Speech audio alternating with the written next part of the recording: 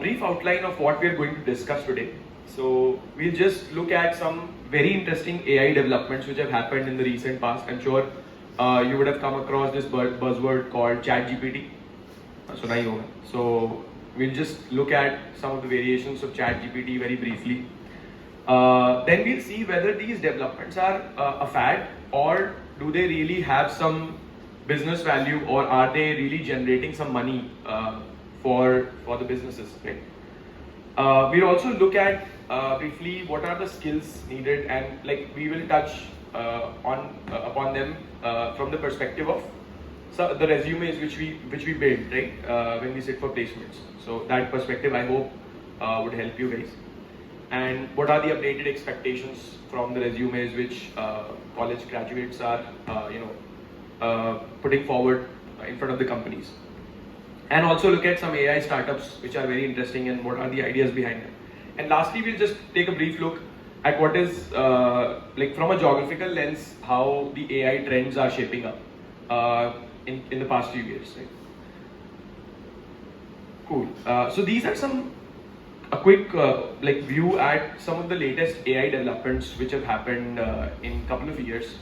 So earlier we were, when we were in campus, we used to talk about LSTMs, and then when we were like just graduating and joined industry, we were hearing about transformers as the new buzzword, and everybody was talking about do you know how to implement transformers, or have you used it or not? And right now that has shifted to LLMs, which are large language models, right? And that's why you would have definitely come across something called as ChatGPT. So basically, people are coming up with customized versions of ChatGPT to solve very niche problems. So I have presented 3 of them here. So one is Gita GPT, which is basically a niche version of GPT, so trying to give you contextual answers to questions related to Bhagavad Gita. This is been created by a Google software developer, and it is currently online. You can check it out. Then there is Graph GPT, which basically converts any text input you present to it into a graph. So let's say if you give input to it that A and B are friends, it will convert it to a graph where A and B will be 2 nodes, and there will be an edge joining them which says friends. And then there is Glass AI, which is basically a health version or a medical version of the same, which basically gives you answers or contextual chat responses regarding biomedical text and what all is going on in that field. So yeah. And then that's about the language thing, and then we come to images. And here I've shown you the journey which GAN models have basically taken through from 2014 to 2020. And very initially, GAN models used to be able to produce very coarse images which were of very low resolution. But as the technology is improving, we are seeing more and more realistic and even close to photographic images being produced out of GANs. And this particular variation is called a style GAN, which is able to produce very photorealistic images. And right now, this is the latest which has come up from in the image domain, which is generating photorealistic images from text captions. So here is an artist by the name Madhav. I've given his Twitter handle, you can check it out. He has basically put out a thread where the thread is titled "What if India was never conquered?" And he has basically posted series of images showing what would have been the condition, or where we would have progressed if we were not conquered. And you can see that there is both traditional style architecture shown in that image by the AI, as well as some modern looking buildings along with very, very futuristic automobiles running on the road. So the AI is basically able to interpret that what all traditional elements would be conserved had we not been conquered, as well as how the technology would have progressed, and has an element of futurism also inbuilt in that image. So right now we are at this stage, and this is being implemented using diffusion models. So we're no more stuck with GANs, but we've moved one step ahead. And then basically comes the speech and voice domain, where earlier everybody was comfortable with voice assistants such as Siri, Alexa, and Google Assistant, where we could give a simple command and it would execute some operation on the phone, like calling someone or sending a text message. But now we have basically moved towards very generalized models and large-scale models of the same kind, where this latest model from I think Microsoft, Microsoft has open sourced this Whisper model where it can convert any given text sequence to a speech output where it is very close to how a human would sound. And this is basically for English language. It works very good on English accents, which is like the Western accents. It is still like slightly less performant on Eastern accents or Indian accents, but it does very well on the Western accents. So that's where we are at on the speech and voice side. So these are some of the very highlights or the interesting developments which have happened in recent past for text, image, and voice, right? So, but some data points around how these models have scaled up. So, is everybody comfortable with what are model parameters or AI model parameters? It's good. So, around when these technologies were starting up, we were sitting in the range of millions. So, WaveNet is a audio model launched in 2016, which had around 10 million parameters. Transformers, I talked about, had 213 million, and StyleGAN was 26.2. So voice, text, image. But now we are sitting at billions of parameters. So the models has drastically grown in terms of size as well as the data which they have been trained on. So as per my memory goes, GPT-3 probably has been trained on 570 gigabytes of data captured from all across web, and this has a huge diversity in its context. So these models are basically very large and can capture a lot of context from different areas, and that's what makes them tough in one sense, but that's what gives us opportunity in other sense, which I will come to in a bit. Cool. To summarize these interesting developments, we are seeing more and more of multimodal models. So initially when I was in campus, more of talk was about focusing on one particular domain. Either someone was building a resume or a skill set on NLP, or that person was doing computer vision and then they were only limited to CV, or they were just doing audio, right? So I had no clue how to process audio data or how to build audio models. But now things have changed and you hear more often and more about multimodal models. So nobody is talking about unimodal models a lot. So like most of the buzzwords are around multimodal models. Obviously there's active research in unimodal models as well, and they are performing very well in business scenarios as well. So I'm not discounting the fact that unimodal models are not being used or they do not work, but more chatter is about multimodal. So that's where the buzz is. Then obviously more data and compute power, you have a better model. So any and every model which is coming out by these giants such as Facebook or Microsoft or Google, it is simply brute training data and compute power. So it is not like, obviously again I'm not discounting the research or the hard work that goes behind creating such sophisticated models, but again it is now taking a shape that it is very difficult for a individual contributor who is not within those organizations or does not have access to those kinds of computing infrastructure to create a state-of-the-art model, right?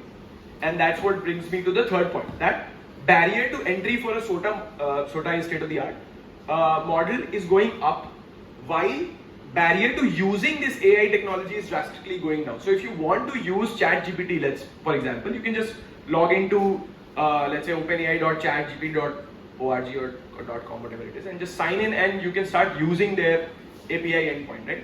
Or let's say if you want to build something on top of that, you can also just take a API key from their website and you can start pinging that API and getting the text embeddings for your custom data set. that is possible, but for example, you want to train a chat GPT like model on that scale, it would be very difficult for you to manage that. I think probably even on infrastructure which IIT Bombay has. And like individual contributors, it is, I think, beyond reach, because the sheer amount of money it would take to buy that kind of compute is very huge. So, but is this like all these buzzwords and all these websites which are coming up are a fad, or are they creating some real business value? Is what I will show you by giving you some examples of some startups which have recently come up, which tend to use very similar models, but are generating real value for customers also, right?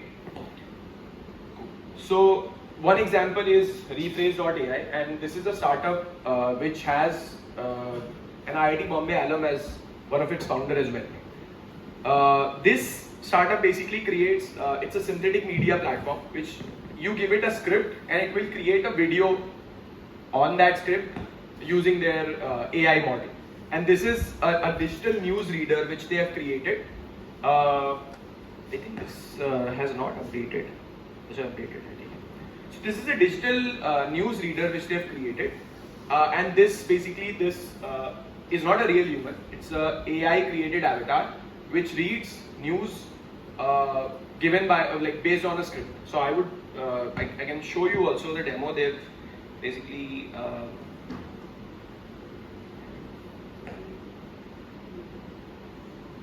yes. Will it support voice? Mic? Most underrated news of the week in 60 seconds. Here we go. Hi there, I'm Emily, and this is Underrated 60 by Rephrase AI, bringing you the most underrated news of the week in 60 seconds. Here we go. China announced the first population decline in recent years with 850,000 fewer people at the end of... So that's how the AI avatar is reading news, and it is almost as if a human is reading, but it is created by an AI. Cool. So I think the next example, and okay, I missed that point, that they recently raised a funding round, and they are not, the main thing is that they are not alone in the market. They have, they very much have competitors like Synthesia, Neo, Sapiens, and Our One. These are all companies, I think, which are based out of India and are giving them competition in this particular space. So recently they have also launched their Cadbury ad campaign, where Shah Rukh Khan was seen taking names of local shops which sell Cadbury chocolates, and that was basically Rephrase AI behind them, and they just recorded Shah Rukh Khan in one video on one script, and they could change the name of the shop using lip syncing and AI computer vision enhancements. So that's, I think their campaign got a lot of limelight, so I think few of you would have definitely come across that. Now this is the company I nearly joined a few months back, which is Fine. I had interviewed for them. This company is very interesting, and they have created a category of their own in itself, and I think they're pioneers in what they're doing right now. So what they're doing is, everybody knows about used cars, and there is a huge market of used cars, and the market is growing also in India, and we have different vendors like OLX and other websites which sell used cars, right? The problem which they found out was that generally the used cars apps and marketplaces have images like the left part of this image, right? So if you have a used car, you would just randomly click a picture of your car in a place of your liking and just upload it on the website, right? But first of all, not every person is very good at clicking a picture, and then the background can be as noisy as it gets. So that does not create a very good impact on a consumer when that consumer lands up on the app or a platform, right? Now the problem is that if you have to create a proper photograph of a car, you have to take it to a showroom, then get it clicked by a professional photographer, then upload it to a website, which is a great cost for these used car selling platforms. And what this company is doing is, you just click a photograph of a car in a random background, and they will just convert that image on the fly to an image which is of the same car in a showroom, with all the shadows, all the tint of the glasses intact, everything, right? So this has drastically changed the used car market in India, where their CTR has just gone up rapidly, and now they're expanding into US and other markets. So this company is using computer vision models and generative AI to do this, obviously, and they are just creating a very unique category and building a very good business in this particular vertical, and they've also been funded, obviously. So I think this demo is self-sufficient. If I go on the website, you will get the same slider kind of an image there. Okay. Then there is a company called Defogai. Have you heard about this one? Have you, was the other two new to you guys, or you had already heard about them? This Cars 24. They are also, are they using the same one or? Yeah, I think they are also a customer of Spine.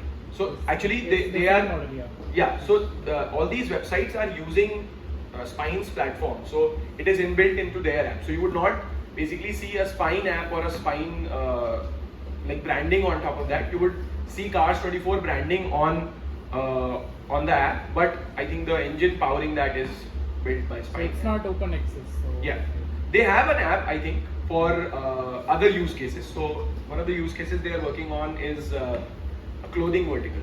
So there I think they have an open app where they will allow, they will enable basically clothes sellers to upload their images on their platform, and then that platform will convert it into high resolution images of that same piece of cloth being worn by a particular model, and then you can upload that on sites like Myntra and Amazon for better user reach. So that's that. I think that app is available for public use. But this one is integrated into the used car selling apps and websites. So then Defogai, has anybody heard about that? So this is a new startup which has actually recently been, recently got admitted into the Y Combinator batch, 2023 batch, and they are doing something very interesting. Nearly all the companies and every organization, however small or big it is, they have some kind of database, right? Now this database generally keeps on increasing in size, and at some point of time it is very difficult to maneuver this database to get the correct information. Now they have created a chat GPT kind of a model, and actually they are branding themselves as chat GPT for data. So what their model does is, you just ask questions in natural language on a database, and it converts that query into a SQL query, and you get the response by that SQL query. So, and they also support multilingual queries. So for example, here there is a pollution in India kind of a table, and then you can ask a query like Delhi mein औसत प्रदूषण कितना है, and that query will get converted to a SQL query which will give you an answer like 109.36. So this is a very interesting use case which they have built, and I've given a link of the thread which they are currently working on, which is a 30-day sprint where they are releasing one new feature every day. So I would encourage you to check that out. It is very interesting for anybody who follows this ChatGPT scenario that is happening. Cool. And this is a another very interesting startup which has recently come up, and this one actually started as a weekend hack by a person called Cyril, if I'm pronouncing his name correctly. So this guy in around May 2020 posted a tweet where he showcased this application he had built, where you can just copy something from the real physical world and paste it into your laptop. So let's just see it in demo. That would create a better impact. Yeah, so this is it.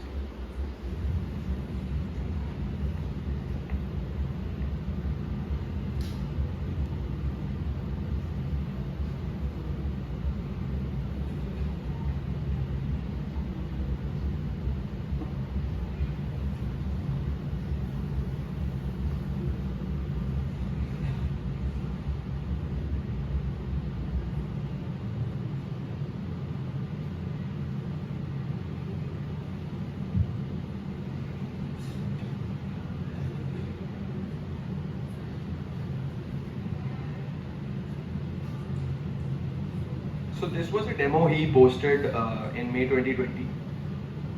And then around October 2020, he basically launched this app on App Store which is called ClipDrop.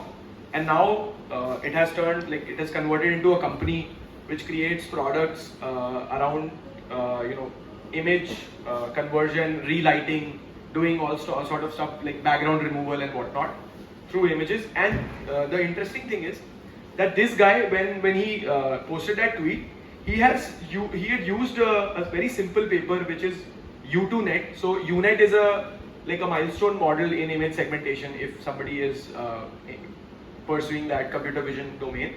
And this was a second version of that same model. And it was so new at that time that the paper had not been put out. Only a code repo was available. And this guy took the code repo and just deployed it on some server and basically created this app out of that, which later became into a proper startup idea. And recently they've raised 1.2 million pounds in August 2021, and they are doing good business. So this was these 4 examples are basically presented to drive home the point that generative AI is not a buzzword which will just come and go, but it is really creating some change and creating good businesses for consumers and bringing good money for the founders and the developers which are working on it. To put some number around that, the generative AI space is valued around $8 billion, and it is expected to grow at a CAGR of 34% by a report which I've linked on the site. And these are all the companies which are basically some of the popular ones in the generative AI space. And I'm sure that this is not very readable, but it is the infographic basically gets you an idea that there are a ton of companies in every domain. So from text, image, audio, code, chatbots and whatnot, every domain has a ton of companies and competitors which are basically competing for this pie. And this pie is also expected to keep growing and be around the value of $120 billion around 2030, right? But are these examples a representative sample is something which we should talk about. So although this generative AI space is a big one, it's not a small one and it's not a fad, it is still a very small pie when we look at the complete AI space, which is currently valued at $120 billion around, right, in 2022, and it will also grow by some CAGR of 38% till 2030. That are the estimates at least. So then when we look at these numbers, we clearly understand that although generative AI is a very happening space right now, but there are other things as well, other stuff also happening in the industry. So let's look at what that stuff is. And this is a part where I think I am bringing in my perspective in this particular graphic which I created. So I may be slightly wrong. I would not position myself as being overconfident, but that's what my thought is right now, as what my perspective is about the AI startup space right now. So I have created 5 divisions or 5 buckets of companies in the AI space, and let me walk you through what those are. So the first one are the AI drivers. So these are the people who are basically pushing the envelope for all the AI and data science development which is happening. Not all, but most of the development which is happening in the AI space. And obviously, these are the big guys.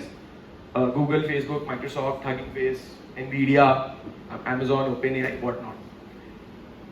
The second bucket, I need not explain you this one more, I guess, because this is very self-explanatory. The second bucket is the AI product space, where these are the companies which are creating directly consumer-facing products using these AI technologies, and to some extent, these companies are also pushing the boundary or pushing the envelope and getting R&D done and creating more AI stuff, right? Because they are also bringing new products which are not pre-existing in market. So I gave you examples like CryptDrop, Spine, Rephrase, Gnani.ai is another company which works on Indian languages and creates chatbots and audio agents for Indian languages. Similarly, Skit is also working with Indian language and vernacular space, vernacular and AI space. Then there are the companies which I'm calling AI enhanced. Why I'm calling them AI enhanced is that these companies are not necessarily pushing the envelope in AI development or like not doing cutting edge research. Again, quote unquote, not saying that they are not doing any R&D. They are definitely doing R&D for their own purposes. But I am like doing a soft classification here. There is not a hard classification being done out here. So don't quote me on this. But these companies are kind of using the AI advancements or the latest research which is happening and using them for their own purposes or their own business needs. Then in the AI enhanced category, there are 3 subdivisions.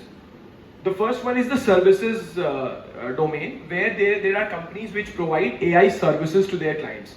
So these will be the big consulting firms, obviously Deloitte, McKinsey, TCS and whatnot. They are the folks who are using AI and using data science techniques to provide value to their clients and customers, right? Then there will be companies who are using AI to enhance their business, to enhance their reach to the customers and provide more value. And they will be on two different sides, which are supply side and consumer side, right?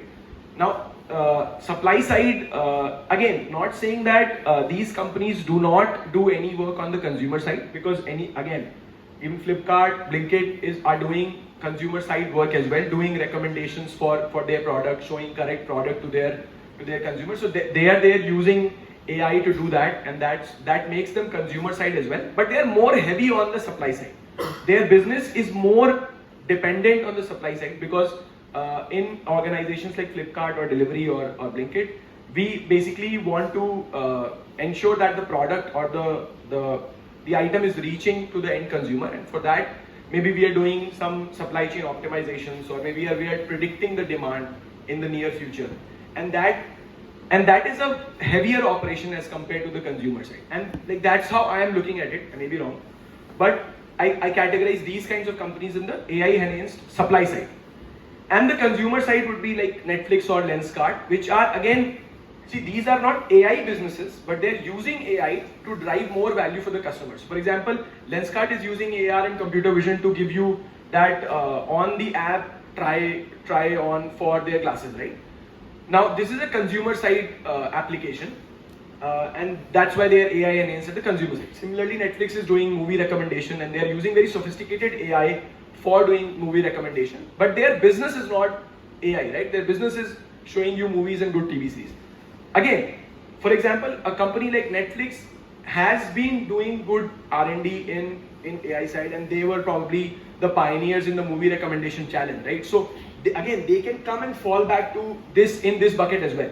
But I'm just doing a soft classification where more often they would fall in this bucket rather than in this one, right?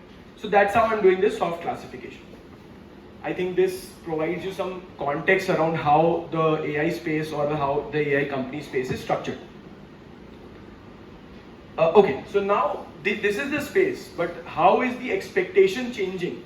So when we were in campus, the expectations were different as compared to what they are now when we go to hire candidates from either colleges or already people who are working in other organizations. Right? So I've been taking interviews in my time in Deloitte, and recently started doing that in Blinkit as well. So I can also provide you some context around that. Okay. So what I was saying, how are the expectations of the companies changing when they go to hire professionals from either college or other companies? So again, the bifurcation would be based on what bucket they fall into. So service enhanced and product, basically when you see a JD which is from a product company or it is from a service or enhanced company, they would have some difference. Now what are the difference here? The service or the enhanced organizations, And like, just a quick question: have you guys, are you on board with the terminology service enhanced and product? Is it making sense? Because that's not something where I picked it from somewhere. I'm just using those terms to drive a point. Okay. So the service enhanced organizations are generally more interested in the business problem which they are trying to solve using AI. So they are less interested in the actual models, or let's say the exact model which you will be using to solve that problem, right? I'm not saying that they do not care at all about the model. They will definitely care about the model when the model is going into production, right? But when they are interviewing you, they would care less about what models are you pitching, or what models do you have expertise on.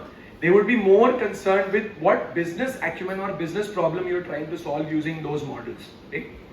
So hence the JD of these organizations generally would be more generic in asks. So they would just ask you to be proficient in NumPy, Python, and statistics and probability. Rarely you would see these kinds of companies mention specific models while recruiting candidates, and if at all they mention, they would probably mention a lot, right?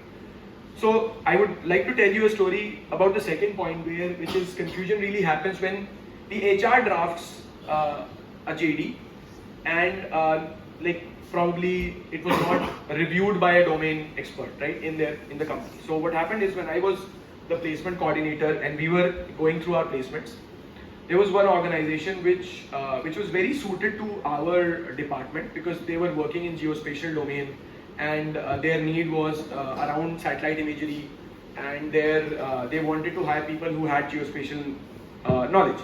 But we had submitted the resumes to them, and their HR rejected all the resume which we had submitted, right? So it was very strange for me, because as a company coordinator, I was like obviously looking for the institute, but I was also concerned about the placement for my department as well. Now, and it was like I was not able to understand why they had rejected it. So I talked to the HR, and the HR said that the resume are not matching our requirement, which was bizarre, because what they needed was exactly present in the resume of my friends. So I pushed the HR to give me some time with the founder who was taking the interviews. And right when an interview of a candidate was happening, right after that, I got a chance to speak with him for 5 minutes. And I explained him that what all things are being taught in our department, and what all do we do. And all the resumes of the candidates had been rejected by the HR.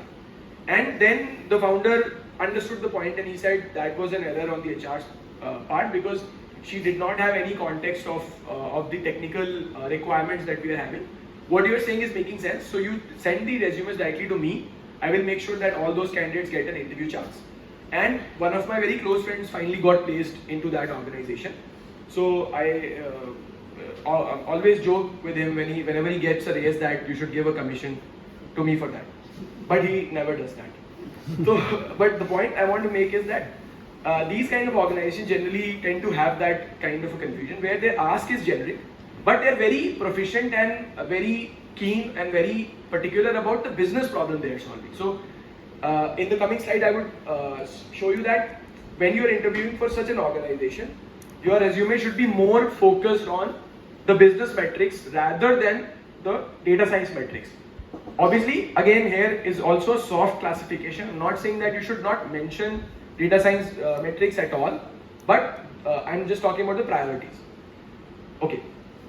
And the product organizations are more specific on the data science requirements or the data science ask, because it is generally that in these organizations, data science or the models which you are using have a direct impact on their business metric. So let's say if you're interviewing for an organization which creates artificial avatars, as we saw, newsreaders. Let's say you want to use CNNs which were being used in 2014 versus, again, it would drastically change their business output, right? So a data science model is having one-to-one impact on their business output, and hence they are very keen about understanding what you are doing on the data science front and what are the metrics or what are the things you are working on at that front. The other thing which I'm seeing, it might be more relevant for people who are interviewing from like organizations to other organizations rather than graduates like you, is that production experience, this keyword is being more and more asked for in interviews, right? So what this means is that your have you put any model into production, and have you seen how users are using that model?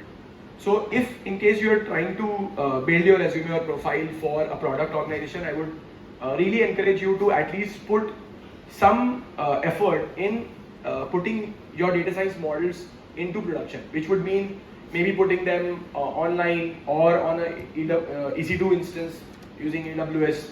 And AWS free tier is a real boon in that sense. It will help you put your model into production without any expense, and you can maybe share it with your friends or share it with some potential users and see how they are using it, and you will get some good production. Like not exactly production, but kind of a production mimicking experience using this exercise. Cool. So then let's do some quick do's and don'ts for your resume building. Again, classifying them in AI driver product versus service enhanced bucket. So for these kind of organizations, as I mentioned, data science verbiage is more important. The other part cares more about business oriented verbiage. Then the problem statements for obviously data science would be more centered around the compute or the technique which you are using, or the models, state-of-the-art models which you have worked on. But on the other hand, for service and enhanced kind of organizations, problem statements would revolve more around business, unless again like the model directly impacts the business, right? Until then, it is more about the business thing. And again, like all of these organizations will have different rounds of interviews. So maybe they will have a dedicated data science round, a dedicated business round. So it might also happen that in your dedicated data science round, the interview is only concerned about your data science metrics, right? So it's not like that. It's not like the surveys and enhanced organization would never ask you about your accuracies or confusion matrix. So don't take my word like that. But it is just that their emphasis would more rely on like which bucket they're falling in, and so goes the case with their metrics. Again, what my recent experience has been is that A/B testing is really an underrated skill, and practitioners should like give more time on getting a good understanding on how do we do A/B testing for data science models. And that's what I am also working on recently. I also am lacking in this skill, so I've just put that point here that we should like work more on how we A/B test our data science models. So that's one thing I am also working on, and I would encourage you guys to do the same. Few things I would want to ditch or like would ask you to ditch is do not put results on toy data sets anymore, because that has just been beaten to death.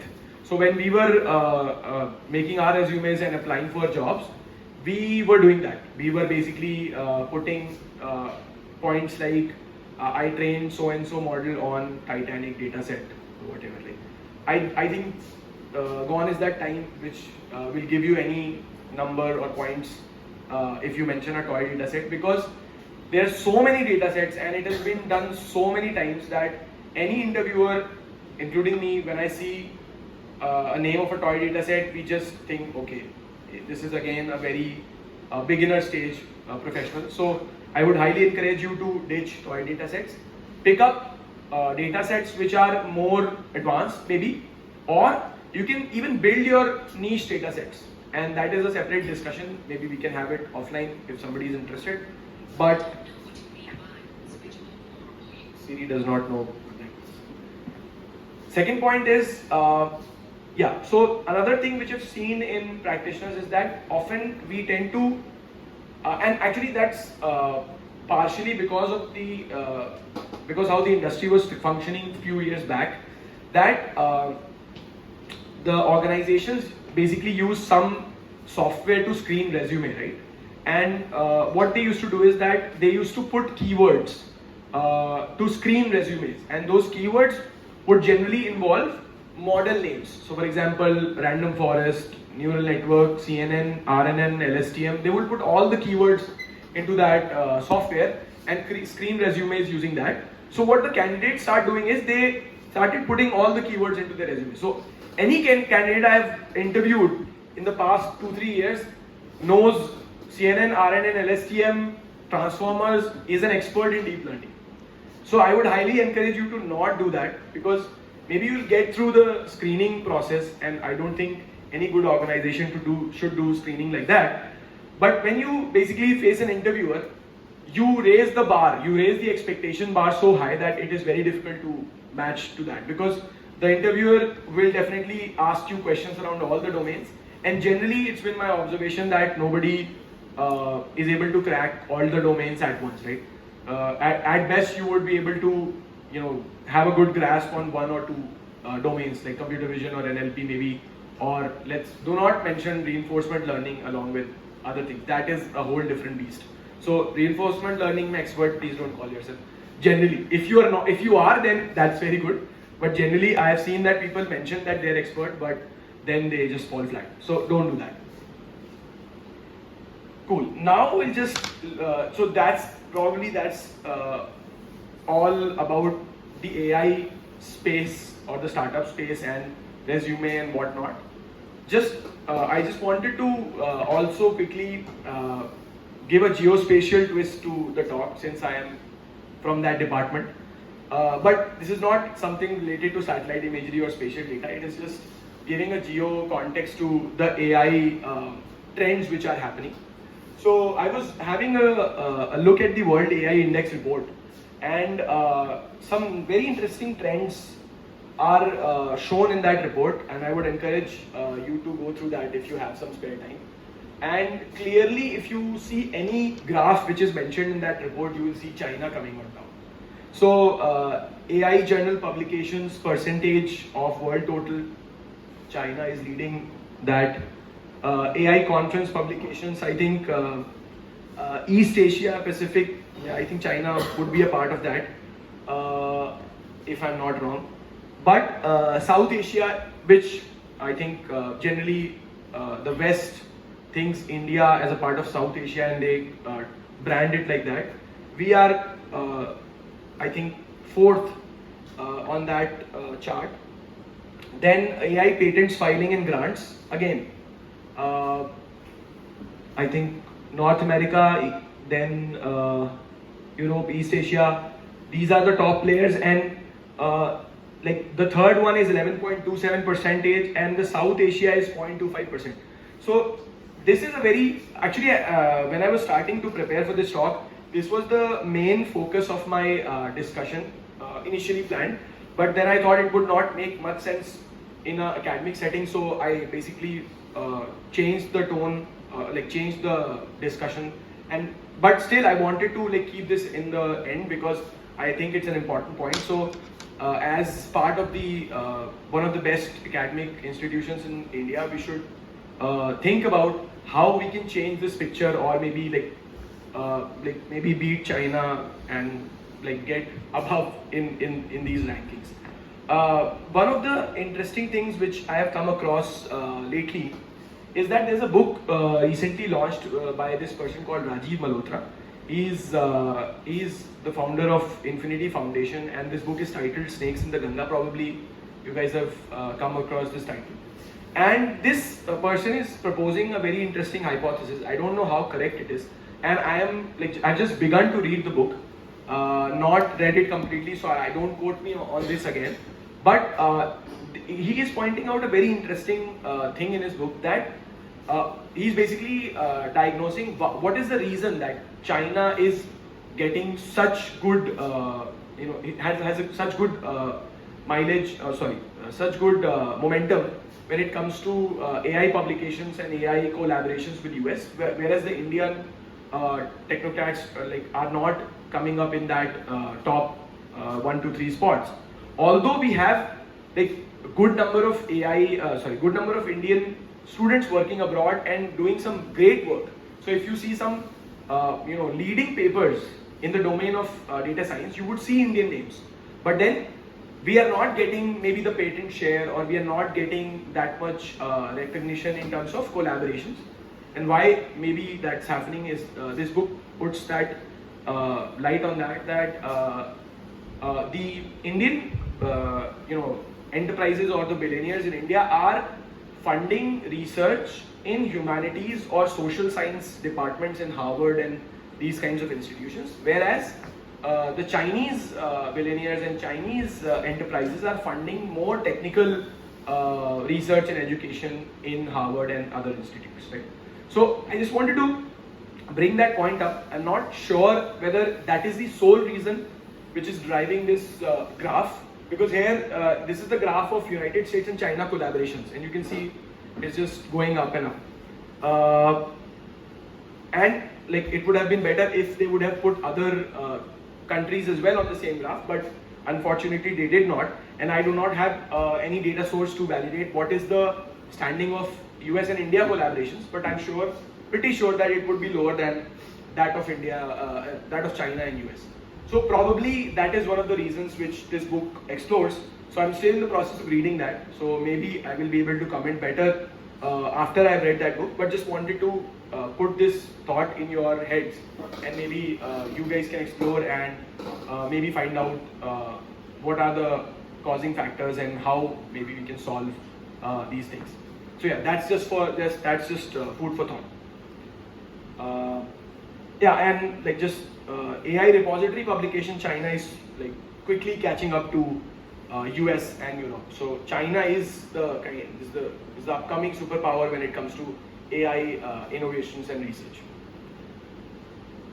So yeah, that is pretty much it. I had a thank you slide, but I don't know why it's not coming up. So yeah, thank you. That's the overall gist. Slide is not coming.